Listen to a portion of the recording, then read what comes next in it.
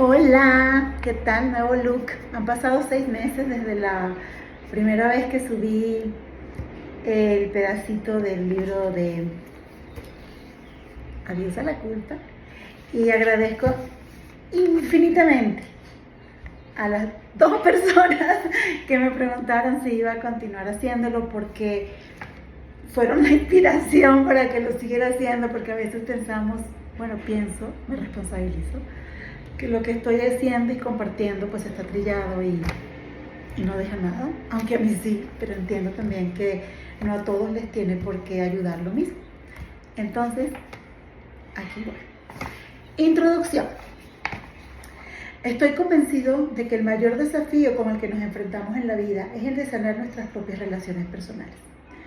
El objetivo de este libro es mostrar cómo se pueden sanar las relaciones mediante el perdón, diciéndole adiós a la culpa y desprendiéndonos del miedo y la tendencia a culpabilizar a los demás, que nos mantienen aislados y separados unos de otros. Dicho de un modo muy sencillo, podemos definir la culpa como el sentimiento de autocondena que experimentamos cuando hacemos algo que creemos que está mal, mientras que, por su parte, el miedo puede describirse como los sentimientos de ansiedad y agitación que nos embargan cuando percibimos un peligro, del tipo que sea. En el contexto de este libro, la culpa y el miedo están íntimamente relacionados y con frecuencia se usan como sinónimos. El perdón implica soltar y abandonar el pasado. A menos que seamos capaces de perdonar a los demás por lo que pensamos, por lo que pensamos que nos han hecho, no podremos tampoco perdonarnos a nosotros mismos para así experimentar la paz que tanto ansiamos. Y aquí voy a hacer un paréntesis. Ansiamos paz, ansiamos prosperidad, ansiamos salud, ansiamos muchas cosas. Sin embargo, todo lo que ansiamos está dentro de nosotros, simplemente que lo proyectamos afuera desde estas creencias de que me falta algo. En realidad, cuando empezamos a entender de que no nos falta nada, empezamos un camino diferente. No voy a decir que es más fácil porque es sencillo, pero no fácil. Tenemos 10, 20, 50 años pensando de una manera, culpando a los demás, y de repente viene esta nueva idea a nuestra vida, y lo he vivido y lo he visto en otras personas que dicen: ¿y si me fue infiel? Es mi culpa. ¿Y si me abandonó? Es mi culpa. ¿Y si me corrieron de trabajo? Es mi culpa. Y aquí donde estamos atorados es que no hay una culpa, hay una responsabilidad que nosotros asumimos de lo que hicimos para que estas cosas se manifestaran afuera. Y cuando digo hicimos, me refiero a lo que sentimos y pensamos, porque lo que yo siento lo permito, lo que yo pienso lo permito, que yo ponga mi atención y me enganche, lo permito. Creo que es sumamente importante que empecemos por darnos cuenta de que Dios es amor y que la culpa o el sentimiento de culpa y del miedo no vienen de Dios. Son, ¿cómo lo digo? Nos han manipulado porque es más fácil manipular a gente que pone su poder afuera y no cree en sí mismas. Entonces, no voy a andar mucho porque es un tema delicado y creo que no tiene sentido abordar en algo que podría quitarles las ganas de escuchar. El perdón implica soltar o abandonar el pasado. A menos que seamos capaces de perdonar a los demás por lo que pensamos que nos han hecho, no podremos tampoco perdonarnos a nosotros mismos para así experimentar la paz mental que tanto ansiamos. Lo repetí. Aunque no fuese plenamente consciente de ello, durante casi toda mi vida he tenido muchas expectativas que deseaba que fueran satisfechas por los demás. Quería que estas personas encajasen o se ajustasen a un molde de mi exclusiva invención. En cierto modo, lo que estaba haciendo era afirmar que el mundo sería un lugar maravilloso si todos se limitasen simplemente a hacer las cosas a mi manera. Aquellos que cumplían con esa premisa se convertían en mis amigos, pero a quienes no superaban el listón de mis expectativas no les permitía formar parte de mi entorno. Una reflexión: ¿cuántas veces nos juzgamos, nos criticamos, nos culpamos y nos damos látigo porque nosotros no cumplimos con las expectativas que nosotros mismos nos pusimos. Esa autoexigencia que nos hace estar en una insatisfacción constante porque sentimos que nunca somos lo suficientemente buenos. Acuérdense, si como es adentro, es afuera, yo estoy juzgando y midiendo al mundo exactamente como lo estoy haciendo conmigo mismo, solo que acá es más fácil mirar hacia afuera. Tal y como yo veía las cosas, siempre era la otra persona la que tenía que cambiar para que nuestra relación pudiese sanarse, pero nunca yo. Ciertamente me resultó bastante sorprendente comprender que lo único que necesitaba ser sanado era mi propia mente, y que para sanar una relación tan solo tenía que liberarme de la culpa y de los miedos del pasado mediante el perdón. Cuando comencé a prestar atención a mis propias relaciones problemáticas y no sanadas, y a investigar por qué no habían funcionado, me vino a la mente el término buscador. Creo que a muchos de nosotros se nos puede describir así, como buscadores. Ahora, al final de mi quinta década, al echar la vista atrás, me doy cuenta de que mi vida ha estado caracterizada por una intensa búsqueda, sin que supiese realmente qué era aquello que estaba buscando.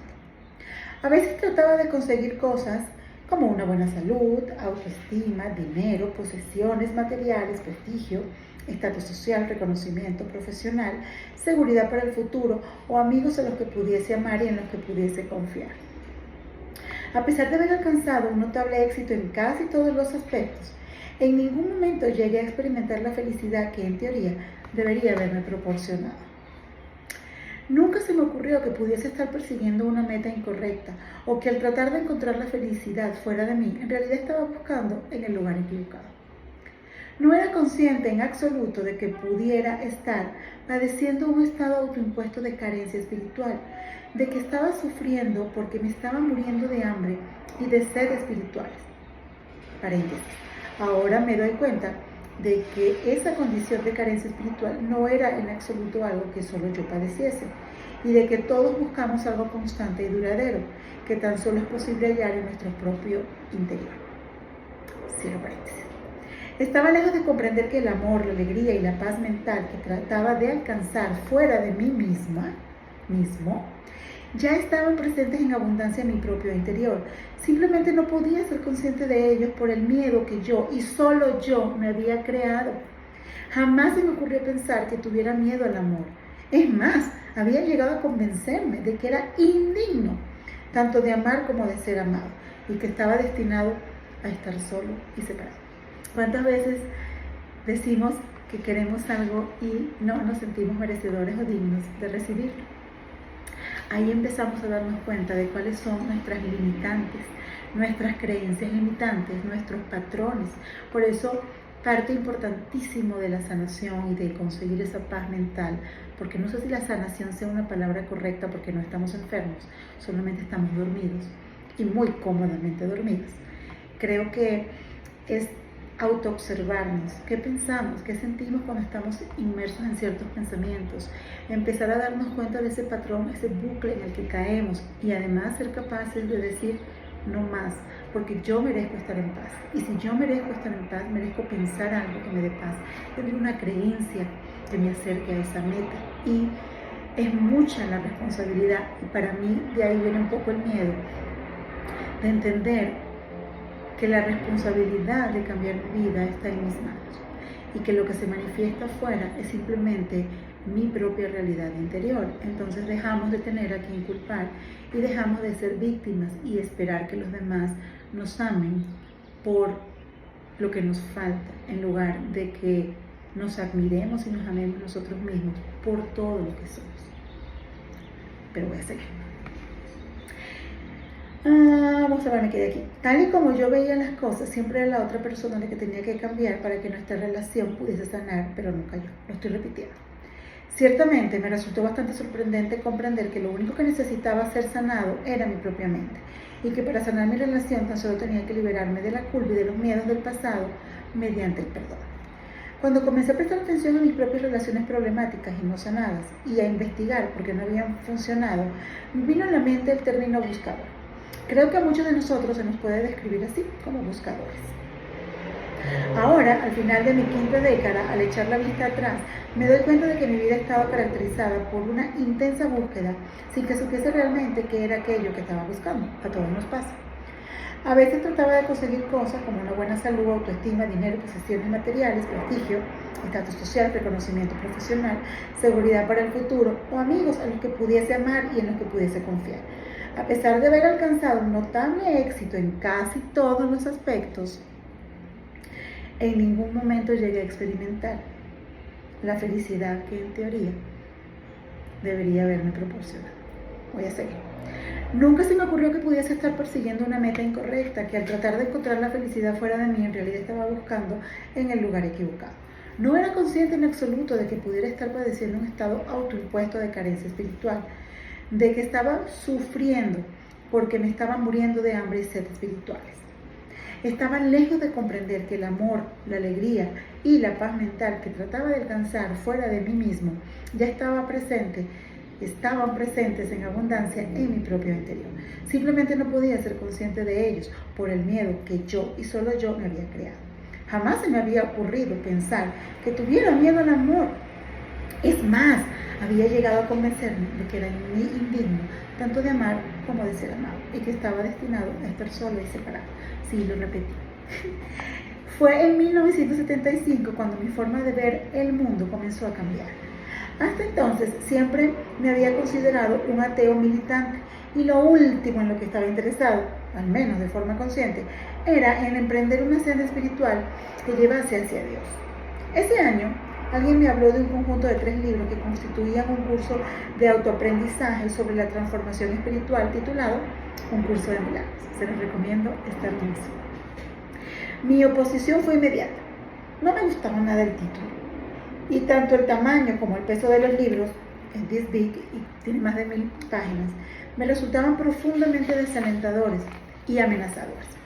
Sin embargo, tras leer la primera página, tuve una experiencia repentina bastante impactante. Me sobrevino un recuerdo instantáneo de Dios, un sentimiento de unidad con todos y la convicción de que mi misión en la tierra era servir a Dios. Más que servir a Dios, si no les gusta el término, empecemos a pensar en servirle a la vida. Todos los días podemos preguntarnos al despertar, ¿cómo te puedo servir hoy, Espíritu Santo? ¿Cómo te puedo servir hoy, vida? ¿Cómo te puedo ser útil, fulanito que está a lo mejor en mi trabajo, en mi casa? Estamos al servicio de la vida y tan rápido lo entendamos mejor. Sin embargo, dada mi formación judía, me di cuenta de que a medida que iba avanzando en el curso, iba sintiendo una resistencia cada vez mayor a su terminología cristiana. Me pasó lo mismo. Yo había sido ateo la mayor parte de mi vida, por lo que no me sentía nada cómodo con la palabra Dios. Así que en un intento de contrarrestar los temores y la ansiedad que me causaba la terminología espiritual, comencé a traducir mentalmente ese vocablo por estado superior de conciencia. A nivel personal fue toda una experiencia empezar a ser capaz de decirle adiós a la culpa y el miedo, al aprender a aplicar los principios de un curso de milagros de una forma eminentemente práctica en todos los aspectos de mi vida. Si bien hablaremos más ampliamente sobre el curso en el capítulo 1, me gustaría mencionar aquí algunos de sus conceptos fundamentales. Uno de sus axiomas básicos es que tan solo podemos experimentar 2 emociones distintas. El amor, que es nuestro de forma natural y por derecho propio, y el miedo o la culpa, que es un invento de nuestra mente.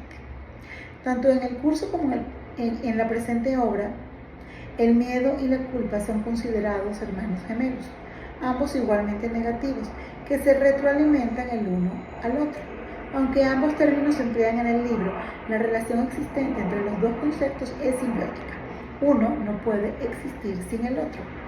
La culpa refuerza el miedo y el miedo refuerza la culpa en un ciclo aparentemente interminable. El objetivo del curso, así como de este libro, es ayudarnos a decidir qué emoción deseamos experimentar. En lugar de percibir a los demás como si nos estuviesen atacando, se nos anima a experimentar el amor eligiendo verles como personas amorosas o como seres que están pidiendo amor a gritos. A medida que he ido progresando en mi propio viaje espiritual, he ido teniendo cada vez más claro que hay muchos caminos que conducen a Dios y que el curso de milagros no es más que el instrumento de crecimiento espiritual que yo he elegido, yo también. Si bien sus principios conceden una gran importancia a la idea de que el amor y el perdón son universales, resulta obvio que el libro no está dirigido ni resultaría adecuado para todo el mundo. Esto más bien se trata de que el nivel de conciencia. Este libro lo recibí yo en mis manos, creo que hace unos 7 años, y honestamente lo empezaba y me pasaba lo mismo. Empezaba y lo dejaba, no entendía, se me hacía pesado, era como leer la Biblia, no entendía nada. Y con los años lo volví a retomar y hasta que me llegó el momento. Creo que nuestra conciencia se va expandiendo conforme las experiencias, conforme cambia nuestra manera de ver las cosas, y eso hace que cierta información sea más fácil de digerir, de aceptar y de vivir, porque de nada me sirve leerlo si no lo aplico, ¿no? Y eso es constante. Los 3 conceptos clave de este libro y del curso en que se basa son que las relaciones pueden ser sanadas.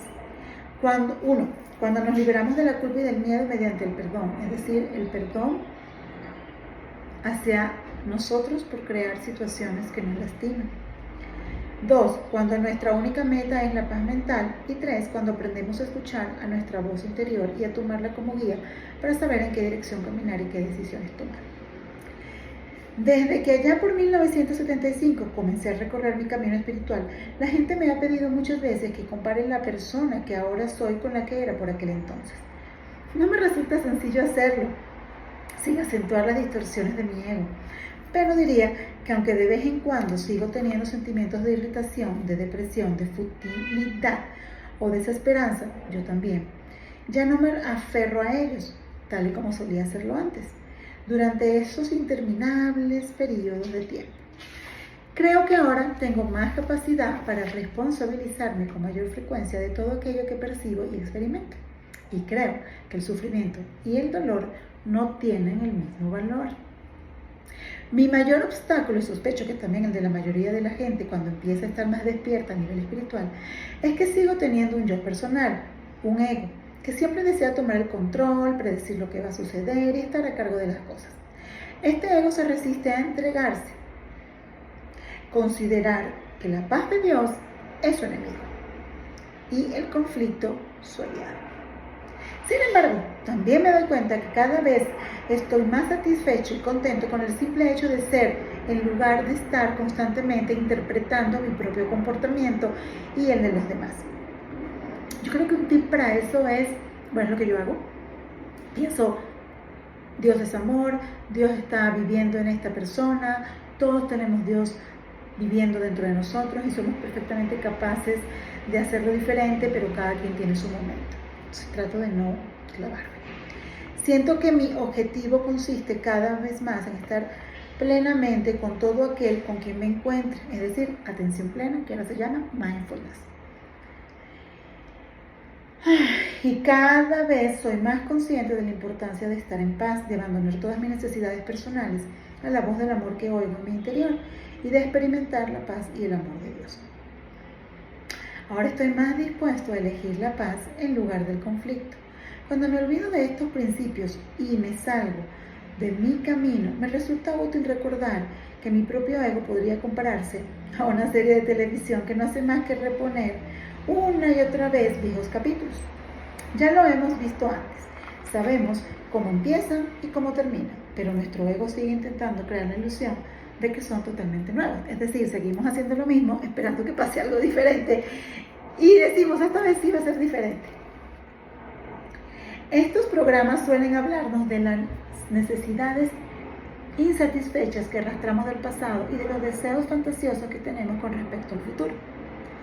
Nos mantienen tan preocupados por el pasado y el futuro que somos capaces de despertar de nuestro estado de ensoñación y sentir la alegría que es posible descubrir en el momento presente. Voy a repetir porque lo leí mal. Nos mantienen tan preocupados por el pasado y el futuro que no somos capaces de despertar de nuestro estado de ensoñación y sentir la alegría que es posible descubrir en el momento presente. Esta serie televisiva ha sido estricta, dirigida, producida y protagonizada por nuestro ego, que luego se disocia de todos esos papeles. En la pantalla aparecen escenas de agresión, de asesinato y de todo tipo de violencia, pero nuestro ego quiere que creamos que no somos más que meros observadores pasivos de toda esta violencia y no sus autores. Sanar las relaciones tiene que ver con aprender a detener estas películas de terror que se proyectan en nuestra mente y que tan reales nos parecen. Se ha puesto muy de moda decir que tenemos que despertar, y también una vez mi psicólogo me dijo, no te puedes enojar con el sueño. Cuando tenemos una pesadilla y nos levantamos y estamos enojados con nuestra pareja porque supuestamente nos fue infiel, o con fulanito porque nos dijo algo, eso no está pasando, eso pasó en nuestro sueño. Es lo mismo, no tenemos la opción de no enojarnos con el sueño. En este libro intento compartir lo que he aprendido en mi camino espiritual, así como hablar de algunas personas que he conocido y que han acabado convirtiéndose en mis maestros. La primera parte trata de los principios espirituales básicos a los que podemos recurrir para descubrir un modo diferente de ver el mundo, mientras que en la segunda se detalla cómo se pueden aplicar estas lecciones. Primero, comento dichos principios espirituales de la manera más simple y sucinta que puedo. Y luego comparto uno o varios ejemplos sobre la aplicación práctica. Recordemos una vez más que las relaciones se sanan cuando permitimos que el perdón borre todos nuestros sentimientos de culpa y de temor y todos nuestros pensamientos de separación. A medida que vamos recorriendo juntos el viaje que propone este libro y el viaje de la vida, seamos testigos unos de otros de este aprender a decirle adiós a la culpa, a despertar a la presencia del amor y a nuestro estado natural de felicidad. Permitámonos recorrer que todos somos regalos de amor, tanto para nosotros mismos como para los demás. Yo aquí agregaría algo. Si yo soy amor, todos los que están en mi vida alrededor mío, me guste, me parezca, lo apruebe o no, también son amor. Y concluye diciendo, los que están libres de culpa no tienen miedo, pues están a salvo y reconocen su seguridad. Luego seguiría el capítulo 1, que se llama Visión General. No sé qué tan tolerantes seamos en este público a escuchar 1 hora del libro. En mi experiencia creo que unos 20 minutos es suficiente. Entonces pues les comparto, y si lo quieren compartir es súper importante que otras personas reciban la información de que podemos ser libres de nuestros propios miedos, pensamientos, de esta realidad que nosotros mismos nos hemos creado, porque definitivamente nosotros la creamos desde nuestros propios temores. Entonces sigamos caminando juntos, porque lo estoy leyendo otra vez gracias a esta plataforma, a ustedes, porque obviamente entre más personas conozcamos la información, entre más personas decidamos sanar, entre más personas nos entreguemos al amor y empecemos a caminar juntos, habrá menos juicios, menos violencia, menos guerra, menos enfermedades, más paz, más abundancia, mejores relaciones. Y todo eso comienza con nosotros. Si tienes algún comentario, déjame saber. Lo que comparto es mi propia experiencia. No soy coach, no soy psicóloga, soy un ser humano que ha ido caminando, y que en este camino lo que me ha ayudado a superar los obstáculos, la tristeza, ha sido desarrollar la resiliencia y mantenerme en la fe. Que tengan una excelente tarde, noche, día, donde sea que estén.